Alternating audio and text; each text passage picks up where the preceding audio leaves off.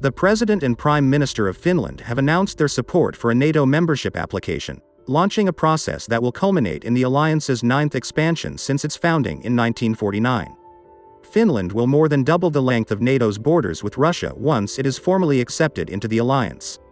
Sweden is expected to announce a bid for NATO the other day. The transformation of the security landscape in Europe is a nightmare for Vladimir Putin, but it is caused by his own decision to invade Ukraine.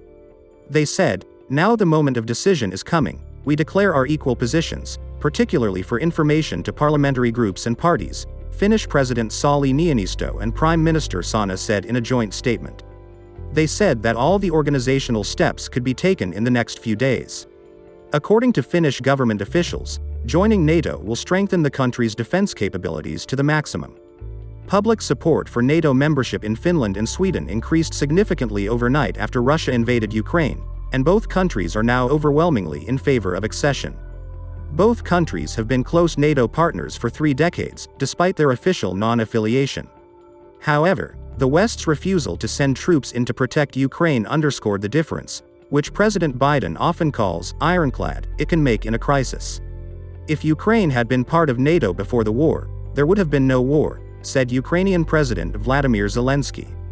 Unlike Ukraine, Georgia, or Bosnia and Herzegovina, whose aspirations for membership have been recognized by NATO, Finland and Sweden are expected to be accepted into the alliance relatively quickly after they formally apply.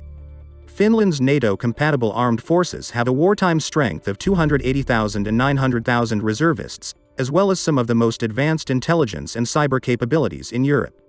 At the same time, Sweden has one of the strongest air forces in Europe, and together with Finland, it will greatly strengthen NATO's presence in the vulnerable Baltic region. As Dmitry Medvedev, a deputy chairman of the Russian Security Council, claimed after this news, if a direct conflict between Russia and NATO occurs, it could escalate into a nuclear war, which would be a disastrous scenario for all sides.